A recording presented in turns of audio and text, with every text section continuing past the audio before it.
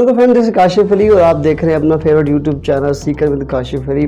आज का टॉपिक हमारा बहुत ज़्यादा इंटरेस्टिंग है। आज के दिन हम देखेंगे कि आप जब भी आप हॉस्पिटल जाते हैं तो पूरे हॉस्पिटल्स को डिफरेंट डिपार्टमेंट्स के अंदर डिवाइड किया जाता है, लेकिन जो प्रॉब्लम सबसे ज़्यादा अराइज होता है किसी भी विजिटर को हॉस्पिटल के अंदर, वो सबसे बड़ा प्रॉब्लम ये है कि उन डिपार्टमेंट्स के नेम नहीं लिखे होते बल्कि उन डिपार्टमेंट्स के कुछ एब्रीवेशन लिखे होते हैं। तो आज के दिन हम बात करेंगे कि ये डिफरेंट एब्रीवेशन का मतलब क्या होता है। आज क्लास समझने के बाद आपको हॉस्पिटल्स के अंदर डिफरेंट किस्म के जो डिपार्टमेंट्स हैं उनको ढूंढने में आसानी होगी। So let's get started.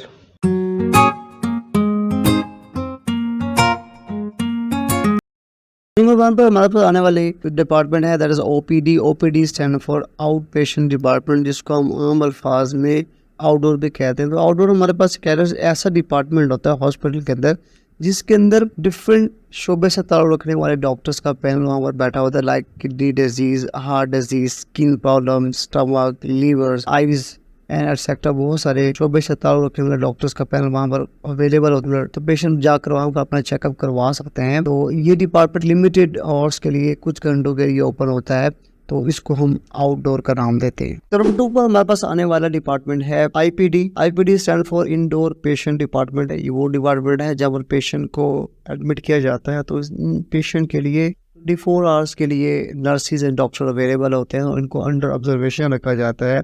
तो इस किस्म के जो हॉस्पिटल्स के डिपार्टमेंट है हम इनको आईपीडी कहते हैं, that is indoor patient department. Number 3 पर हमारे आने वाला डिपार्टमेंट मॉर्चरी है, तो जिसको हम आम ज़ुबान में मुर्दा खाना कहते हैं। तो ये वो डिपार्टमेंट है जहाँ पर डेड बॉडीज़ रखी जाती हैं उन हज़रात की जिनकी तदफीन बाद में करना मकसूद हो, या डेड बॉडीज़ जिनकी पोस्टमार्टम करनी हो, तो इस किस्म की डेड बॉडीज़ को जो मोर्चरी के अंदर रखा जाता है। तो नंबर 4 पर हमारे पास आने वाला डिपार्टमेंट जो है वो आईसीयू है। ICU stand for intensive care unit. तो ये वो जगह है जहाँ पर इन पेशेंट की देखभाल की जाती है जो बहुत ज़्यादा क्रिटिकल हो। आईसीयू की फर्दर भी क्लासिफिकेशन की जाती है, फर्दर सब डिपार्टमेंट्स होते हैं जो कि आपको इंडिया और पाकिस्तान के अंदर बहुत ही शाज़ होते देखने को मिलेंगे। आइए नेक्स्ट बात करते हैं आईसीयू के सब डिपार्टमेंट के हवाले से। तो आईसीयू का पहले नंबर पर आने वाला डिपार्टमेंट जो है एमआईसीयू, दैट इज मीको।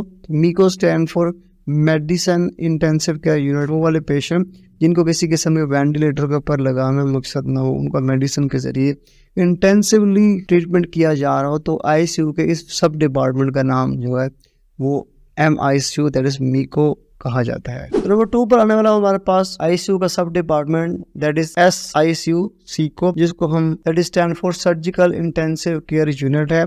तो ये वो हमारे पास यूनिट है जहाँ पर वो पेशेंट जिनकी किसी किस्म की सर्जरी की गई हो और उनको इंटेंसिवली केयर यूनिट के अंदर रखा जाए, तो आईसीयू के इस डिपार्टमेंट को हम सीको यानी कि एसआईसीयू सर्जिकल इंटेंसिव केयर यूनिट का नाम देते हैं। तो नंबर 3 पर हमारे पास आने वाला आईसीयू का सब department, that is known as NICU NICU. तो NICU stand for neonatal intensive care unit. वो वाले बच्चे जो अभी अभी पैदा हुए हो, जिनकी एज 1 डे से लेकर कुछ वीक्स तक हो, तो इस किस्म के जो बच्चे हैं इनको अगर इंटेंसिव केयर यूनिट के अंदर रखा जाए तो इंटेंसिव केयर यूनिट के इस सब डिपार्टमेंट को एनआईसीयू का नाम दिया जाता है।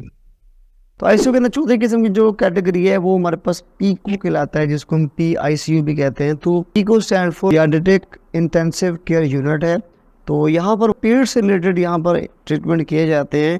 यहाँ पर वो बच्चे जिनकी उम्र 1 साल, 5 साल या उससे ज़्यादा हो, तो जिनकी उम्र 12 साल से कम हो, तो उन किस्म के जो पेशेंट्स हैं उनको पीको डिपार्टमेंट्स के अंदर रखा कर। नंबर 5 पे हमारे पास आता है जी ट्रोमा सेंटर। ट्रोमा सेंटर हमारे पास वो जगह है जहाँ पर इमरजेंसी जो पेशेंट आते हैं उनकी इमरजेंसी आपको ऑपरेशन करना पड़ जाए, तो इस किस्म के डिपार्टमेंट को हम ट्रोमा सेंटर कहते हैं। अक्सर आप इमरजेंसी डिपार्टमेंट के अंदर इस किस्म के जो रूम्स हैं उनके ऊपर ट्रोमा सेंटर लिखा हुआ देख सकते हैं। नंबर 6 पर हमारे पास आता है जी radiology. Radiology stand for radiation related जितने भी एनालिसिस किए जाते हैं। फॉर एग्जाम्पल किसी पेशेंट का एक्सरे करवाना चाहते हैं उसकी हड्डियों का मुआयना करवाने के लिए, या आप उसके इंटरनल बॉडी ऑर्गन्स के हवाले से अल्ट्रासोनिक एनालिसिस करवाते हैं, तो इस डिपार्टमेंट को हम रेडियोलॉजी डिपार्टमेंट का नाम देते हैं। नंबर 7 पर हमारे पास है पैथोलॉजी। वो डिपार्टमेंट है जहां पर आप ब्लड सैंपल्स देते हैं और उसकी ब्लड सैंपल्स के टेस्ट किए जाते हैं डिफरेंट इलाज करने के लिए। ये चेक किया जाता है कि आपके ब्लड की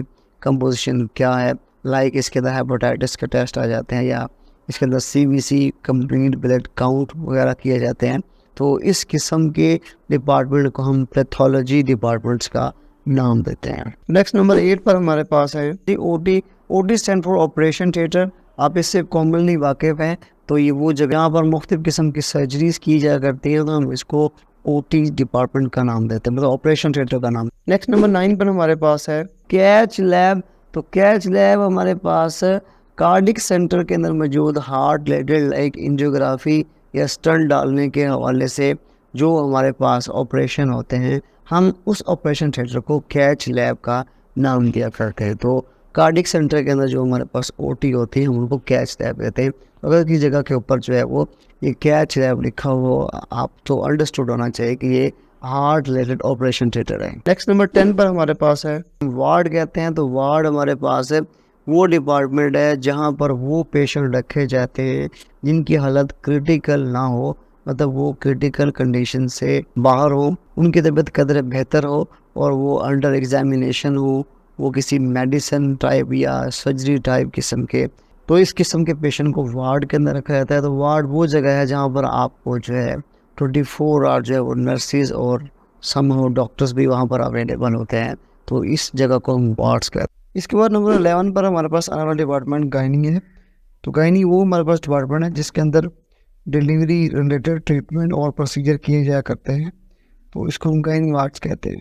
नंबर 12 पर हमारे पास आने वाला डिपार्टमेंट है ब्लड बैंक। तो ब्लड बैंक वो डिपार्टमेंट है जिसके अंदर आप ब्लड एक्सचेंज करते हैं या ब्लड टेस्ट किए जाते हैं या इससे रिलेटेड जो ब्लड के कंपोनेंट हैं उसको सेपरेट किया जाता है। तो ये डिपार्टमेंट हमारे पास जो है वो ब्लड बैंक कहा जाता है। तो ये थे आज की हमारे पास टॉपिक। अगर आपको ये वीडियो अच्छी लगी हो तो अपने दोस्तों के साथ शेयर करें, चैनल को सब्सक्राइब करें और वीडियो को जरूर लाइक करें। नेक्स्ट मिलते हैं अगले लेक्चर के साथ। अल्लाह हाफिज़।